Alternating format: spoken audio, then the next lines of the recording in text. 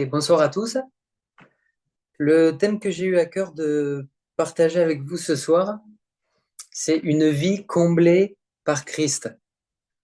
Et pour notre méditation ce soir, nous allons lire un texte ensemble qui se trouve dans Éphésiens, premier chapitre, du verset 3 au verset 13.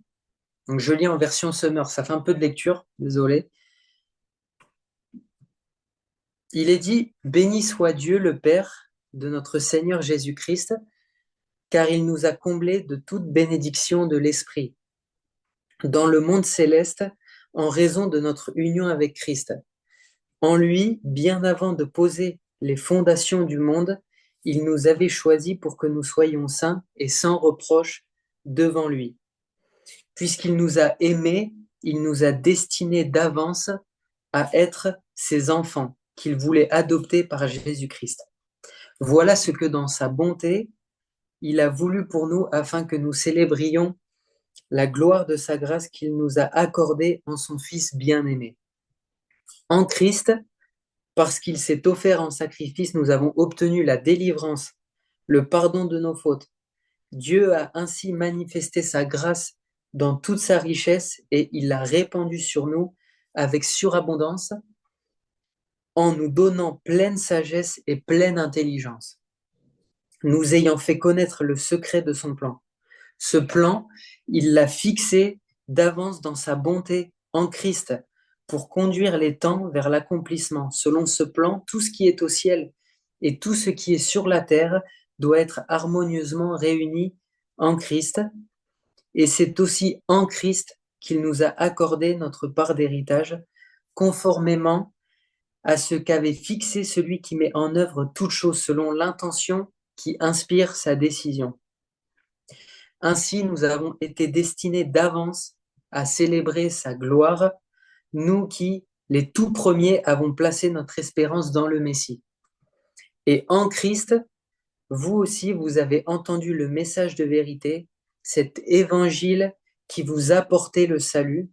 Oui, c'est aussi en Christ que vous qui avez cru, vous avez obtenu de Dieu l'Esprit Saint qu'il avait promis par lequel il vous a marqué de son sceau en signe que vous lui appartenez.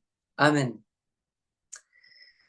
Alors, ça fait beaucoup de lecture, désolé, et c'est un texte qui peut paraître à des moments dur à comprendre, c'est vrai, mais il est important pour notre méditation. D'ailleurs, je vous invite peut-être, si vous avez l'occasion dans la semaine, à peut-être relire le texte, le repasser dans votre cœur pour peut-être essayer de comprendre s'il y a des termes que vous n'avez pas saisis.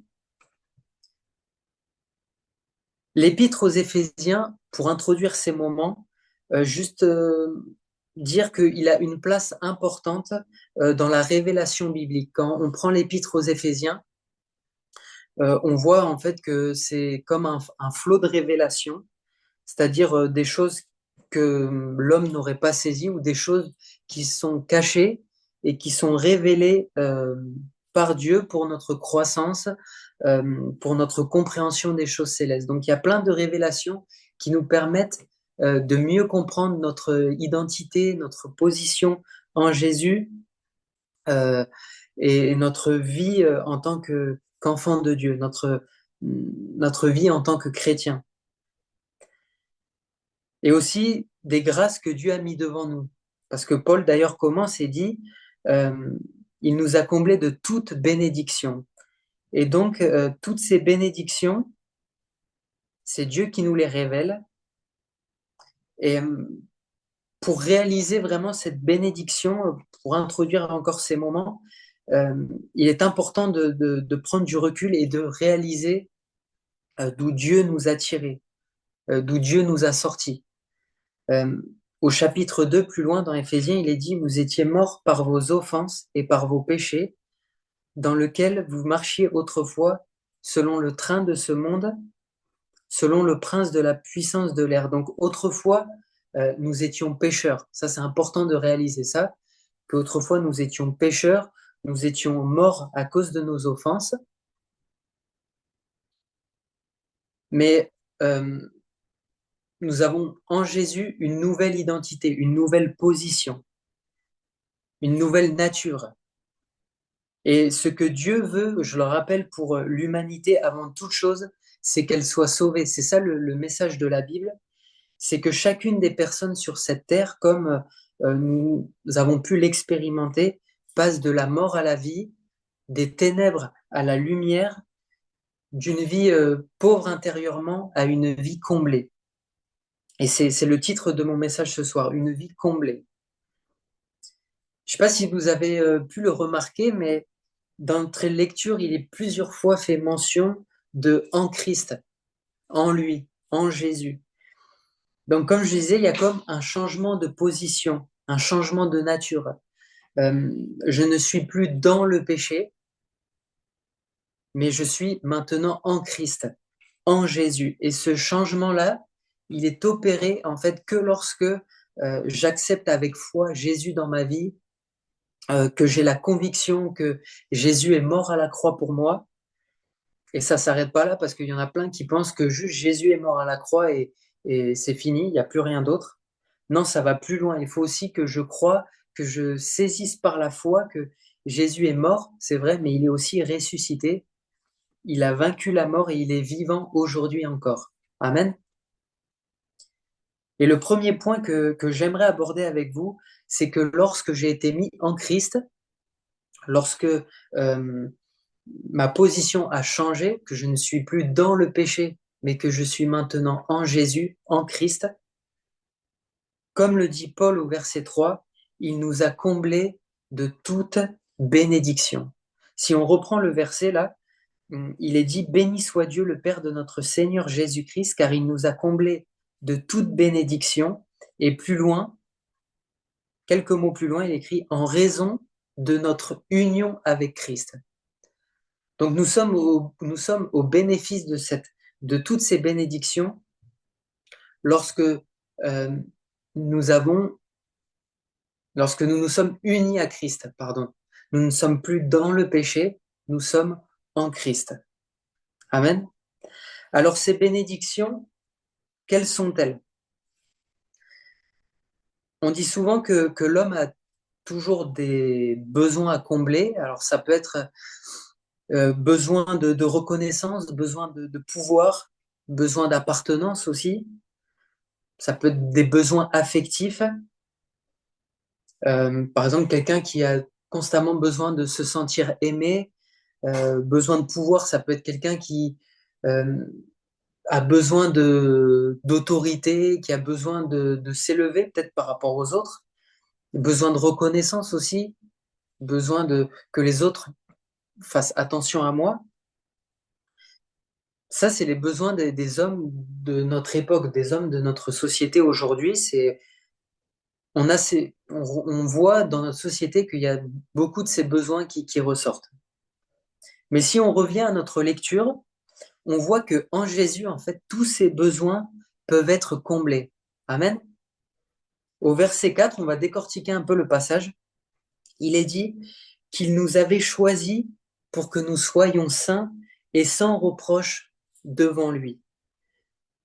C'est un point qui me paraît important parce que peut-être des fois on peut se sentir sale ou on peut peut-être culpabiliser à cause des erreurs du passé et ça peut nous empêcher d'être comblés. Ça met comme un fardeau dans notre cœur. Si je culpabilise à cause des erreurs du passé, ça vient forcément mettre un fardeau, une charge à porter. Mais là, le texte nous dit que nous sommes sans reproche devant lui. En Christ, j'aimerais te dire que Dieu te voit sans reproche. Tu n'as plus cette identité de pécheur, mais lorsque tu es mis en Christ, tu es considéré comme saint, sans reproche devant lui. Et la Bible dit même que le sang de Christ nous purifie de tout péché. Alors, euh, tu n'as pas de raison de te voir comme sale ou de culpabiliser peut-être des erreurs du passé, car lorsque j'accepte réellement Jésus dans mon cœur, la Bible dit que je suis lavé de tout péché. Je ne suis plus sous la culpabilité. Amen. Au verset 5, il est écrit, il nous a destinés d'avance à être ses enfants. Ici, on retrouve le besoin affectif qui est comblé, hein. En Jésus, on voit qu'en fait, on n'est plus seul, on n'est pas orphelin, mais on est enfant de Dieu. Dieu est notre Père. Et comme un père prend soin de ses enfants, même vous, peut-être en tant que parent, euh, vous prenez soin de vos enfants, vous aspirez à prendre soin de vos enfants, même pour ceux qui ont des enfants maintenant à l'âge adulte. Je pense que vous aspirez encore à, à aimer vos enfants. Et si nous sommes maintenant enfants de Dieu, à combien plus forte raison Dieu qui est parfait prend soin de nous. Amen. Dieu qui nous aime prend soin de nous. Peut-être euh, quelqu'un dans son enfance n'a pas pu être comblé par ses parents en tant qu'enfant. J'aimerais dire à chacun que Dieu veut nous combler. Dieu veut nous combler. Et déjà, il le fait en ayant fait de nous ses enfants. On est comblé, ça nous comble, ça doit nous combler de savoir que nous sommes maintenant enfants de Dieu. Nous sommes enfants de Dieu. Et si je sais que je suis enfant de Dieu, alors c'est que Dieu m'aime. Amen. Et là, on retrouve le besoin affectif qui est comblé. Au verset 7, au verset 8, il est dit, nous avons obtenu la délivrance, le pardon de nos fautes. Ça rejoignait ce que je disais au début sur mon premier au verset 4, pardon, où il est dit que vous soyez saints et sans reproche devant lui. Pardon. En Jésus, le péché n'a plus d'emprise sur nous. Et ça, je le répète, et il faut bien prendre conscience que quand on a donné notre vie au Seigneur, là où peut-être il y a des addictions, des luttes avec le péché, des chaînes spirituelles, Jésus vient libérer. Jésus vient pardonner. Amen. Il vient délivrer. C'est écrit noir sur blanc. Nous avons obtenu la délivrance et le pardon de nos fautes. Amen. Le péché, ça nous rend pauvres. Le péché, quand on lui laisse de plus en plus de place, ça vient apporter la mort spirituelle. Ça vient apporter quelque chose qui est mauvais et donc qui ne peut nous combler. Alors qu'aujourd'hui, on voit qu'il y a de plus en plus de magnétiseurs, d'hypnose, et ça, c'est une réalité. Les gens tombent dans le piège pensant que en allant chez ces personnes, ils seront peut-être libérés de la cigarette. J'en connais des personnes qui sont allées voir des magnétiseurs ou des hypnotiseurs, croyant en allant voir ces personnes, ils allaient être libérés de la cigarette. Mais la Bible nous dit que la seule délivrance, elle est en Jésus. La seule délivrance, le seul moyen d'être libéré, d'être pardonné de nos fautes, c'est en Jésus seul. Il est dit aussi qu'en Jésus, nous avons pleine sagesse et pleine intelligence. Et ça nous permet euh, de marcher dans la justice de Dieu, c'est-à-dire ce qui lui est agréable. Et lorsque je suis dans les voies de Dieu, je suis comblé. Amen. Il n'y a pas d'autre meilleur chemin. Vous êtes d'accord? Je pense qu'on est tous d'accord pour dire que notre vie, elle risque plus d'être comblée euh, en marchant dans la sagesse de Dieu plutôt qu'en marchant dans la sagesse des hommes. Surtout quand on regarde aujourd'hui avec toutes les guerres qu'il y a, l'orgueil des hommes, les décisions qui sont prises aujourd'hui dans plusieurs pays du monde, on voit bien que le monde manque de sagesse. Quand on compare le monde d'aujourd'hui avec ce que la Bible nous dit, on voit bien qu'il y a un décalage. Et ça entraîne forcément une décadence où l'homme ne peut être comblé. Au verset 11, il nous est dit aussi que euh, nous avons été faits héritiers, héritiers, comme encore un exemple qui nous montre que Dieu prend soin de nous. Quand une personne quand une personne rédige un testament et qu'elle met une personne dans son testament, c'est qu'elle considère la personne, elle veut lui léguer son héritage, parce que cette personne est considérée. Dieu aujourd'hui fait de nous ses héritiers parce qu'il nous considère, parce qu'il nous aime. Et ça nous comble. Ça nous comble de savoir que nous sommes héritiers de Dieu. Et la Bible dit aussi que nous sommes co-héritiers de Christ. C'est-à-dire qu'au même niveau que Jésus, nous sommes héritiers de Dieu. Amen. Au verset 13-14, je continue. Il est dit, vous avez obtenu de Dieu l'Esprit Saint qu'il avait promis et par lequel il vous a marqué de son sceau en signe que vous lui appartenez. Amen. Encore là, le besoin d'appartenance est comblé. Il a mis son esprit en nous. Le même esprit qui est en Dieu est en moi. Il est en toi. Et cet esprit n'est pas un esprit de faiblesse, mais c'est un esprit de courage, un esprit de force, nous dit la Bible, un esprit de puissance. Lorsque l'esprit de Dieu est en moi, alors je suis comblé. L'esprit de Dieu, en fait, c'est comme euh, si en fait, il venait mettre les choses de Dieu, les choses d'en haut, dans ma vie. Et ainsi, je peux manifester le caractère de Christ, je peux vivre le caractère de Christ, manifester la vie de Dieu en moi et autour de moi. Et ça me comble. Amen. Deuxièmement, pour terminer, lorsque je saisis toutes ces choses, que je vis toutes ces bénédictions, ça me comble de joie et de paix. Ça doit nous remplir de joie et de paix, mes frères et sœurs, de savoir que nous sommes au bénéfice de tant de bénédictions. Ça doit vraiment nous réjouir, combler nos cœurs. Et ça, même quand peut-être les circonstances ne le permettent pas. C'est vrai que c'est difficile de vivre ces choses quand tout s'effondre autour de nous. C'est plus facile à dire qu'à vivre. Euh, mais je crois vraiment que c'est possible lorsque nous saisissons toutes ces choses par la foi. Toutes ces choses, elles sont rendues possibles par la foi et par l'Esprit de Dieu qui est mis en nous. Amen. On l'a dit, je l'ai dit, c'est un esprit de force, de courage, l'Esprit de Dieu. Et l'Esprit de Dieu en nous nous rend capable de vivre ces choses, de saisir ces choses.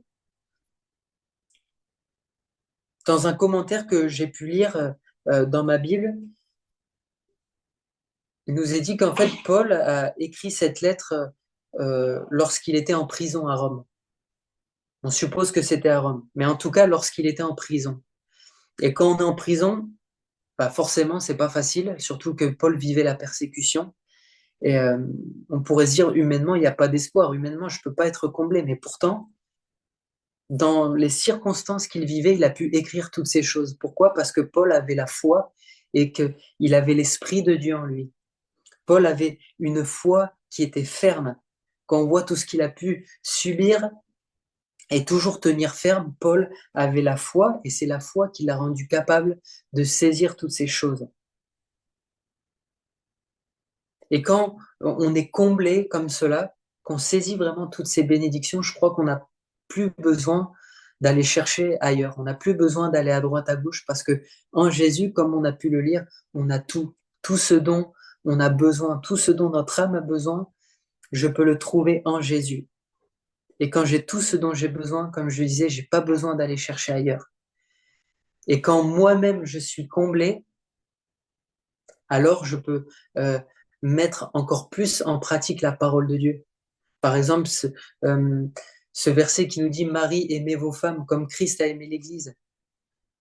Ça m'est rendu possible quand je suis comblé de Dieu, quand je suis comblé de toutes les bénédictions de Dieu. Ou alors ce verset qui dit soyez soumis à vos maîtres.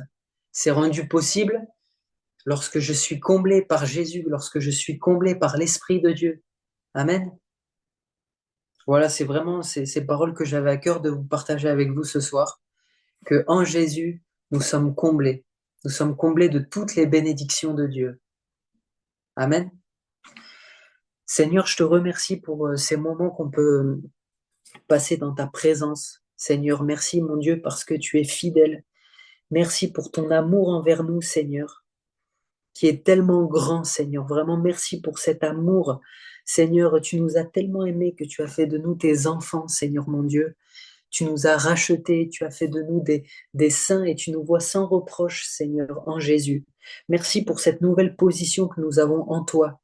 Nous ne sommes plus dans le péché, mais nous sommes en toi, Jésus. Nous sommes des nouvelles créations, Seigneur.